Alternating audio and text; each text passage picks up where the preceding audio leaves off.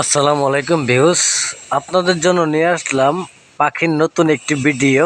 তো আজকে এই ভিডিওতে আপনারা জানবেন পাখি ব্রিডিং কোর্স করানোর জন্য কি কি ঔষধ ব্যবহার করবেন সেই বিষয়ে আজকে আলাপ আলোচনা করব। আর সম্পূর্ণ ভিডিওটুকু আপনারা না টেনে দেখবেন, আপনাদের অনেক উপকারে আসবে। অনেক ভাইরা জাভা পাখি পালেন, কিন্তু জাভা পাখির ব্রিডিং করে না কেন, সে বিষয়ে আমি আজকে আলাপ আলোচনা করব। অনেক ভাইরা পাখি পালন করেন কিন্তু ডিম দিচ্ছে, ডিমে ব্লাড জমে না বা ডিম ভেঙে ফেলে। তো কিসের জন্য ডিম পাখিগুলো ভেঙে ফেলে সে বিষয়ে আমি আজকে এই ভিডিওতে আলাপ আলোচনা করব। সবাই চ্যানেলটি সাবস্ক্রাইব করে পাশে থাকবেন, নতুন যারা দেখছেন, আর সবাই কমেন্ট বক্সে কমেন্ট করবেন। তো আজকে আমি আলাপ আলোচনা করব, সবাই না টেনে মনোযোগ সহকারে আমার এই ভিডিওটা দেখেন আর কথাগুলো শুনুন, আপনাদের অনেক উপকারে আসবে, কাজে আসবে। তো প্রথমত আপনারা যে পাখিগুলো যে ডিম পারে না বা ব্রিডিং করে না, তো আপনারা পাখিগুলোকে ব্রিডিং কোর্স করাবেন সবার আগে। তো ব্রিডিং কোর্সের জন্য আপনারা ডাক্তারের দোকানে বা যারা হাঁস মুরগি দোকান আছে ওষুধ বিক্রি করে তাদের কাছে যাবেন, যা পাখির জন্য একটা ইসেল আনবেন। ইসেলটা আমি দেখাচ্ছি, আপনারা যারা চিনেন না তাদেরকে আমি দেখাচ্ছি ইসেলটা।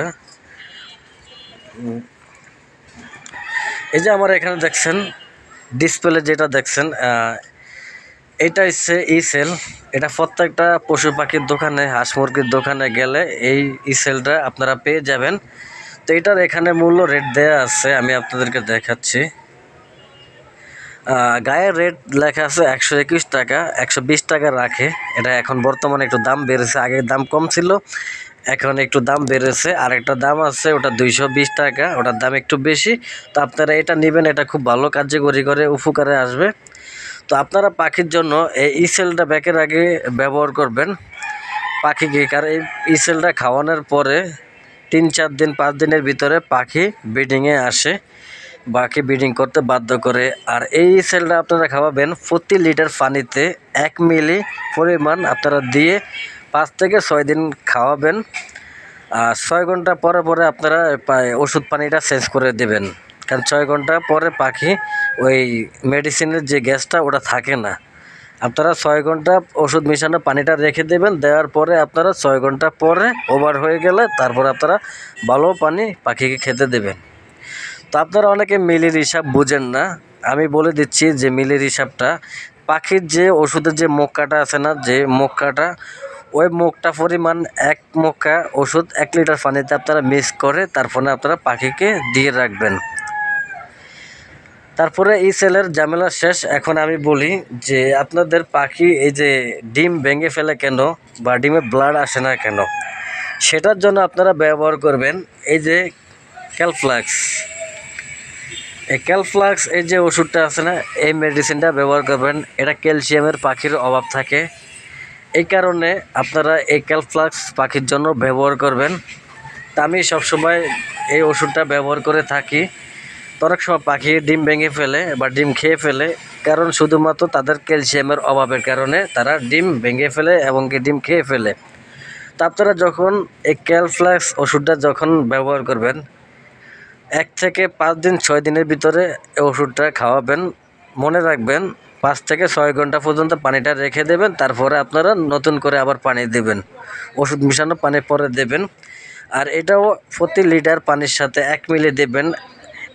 যে ওষুধের যে মক্কা আছে ওই 1 মক্কা ওষুধ 1 লিটার পানির সাথে মিক্স করে তারপরে ভালো করে পাখিকে খেতে দেবেন। তো আপনারা এখন জানবো আবারও যে এটার উপকারিতা কী। তো যখন আপনারা যে ওষুধটা যখন যেই কোনো পাখিকে দেবেন, এটা হাঁস মুরগিতেও ব্যবহার করতে পারেন বা যেই কোনো পশু পাখির ক্ষেত্রে আপনারা ব্যবহার করতে পারেন, কার্যকরী হবে। তখন আপনারা দেখবেন যে পাখিগুলোর ভিতরে এই ক্যালফ্লাক্সের ওষুধটা কাজ করে, পাখির যে ডিমে যে ব্লাডটা আসে ব্লাড আনে। আর যে ইসেলের ব্যবহার হয়েছে পাখি যখন ব্রিডিং করে না, জোড়া দিয়েছেন আপনি কি পাখি ব্রিড করে না বা পাখি আসতে চাচ্ছে না, তখন পাখি ব্রিডিং আসবে। এই দুইটা পাখির উপকারিতা হচ্ছে, আপনারা এই যে যে দুইটা ওষুধ দেখাইলাম, এই ওষুধের জন্য আপনারা এই পাখিগুলাকে এই ওষুধগুলা দিবেন সব সময়। জাবা পাখি, বাজিগার পাখি, ডায়মন্ড ডাব, তারপরে ককাটেল, লাভবার্ড, যে ধরনের পাখি আছে না কেন সমস্ত পাখির ওষুধ এগুলা দিবেন। আপনারা খুব ভালো রেজাল্ট পাবেন, খুব ভালো পাখি বিট করবে আর খুব ভালো ডিম বাচ্চা করাবেন, বেশি বেশি ডিম বাচ্চা করবে এই পাখিগুলো। তা আপনারা সবাই আমার কথা বুঝতে পারছেন। তো যারা আমার চ্যানেলের ভিডিও দেখেন আপনারা কমেন্ট বক্সে কমেন্ট করবেন। নেক্সট ভিডিওতে আবার দেখা হবে নতুন কোনো তথ্য নিয়ে আপনাদের মাঝে হাজির হব। আজকে ভিডিওটা অনেক বড় হয়ে যাচ্ছে, আবার দেখা হবে। আর যারা আপনারা ভিডিওতে অনেক কিছু জানতে চাচ্ছেন কমেন্ট বক্সে কমেন্ট করবেন, আমি আপনাদের ভিডিও দেব নতুন নতুন।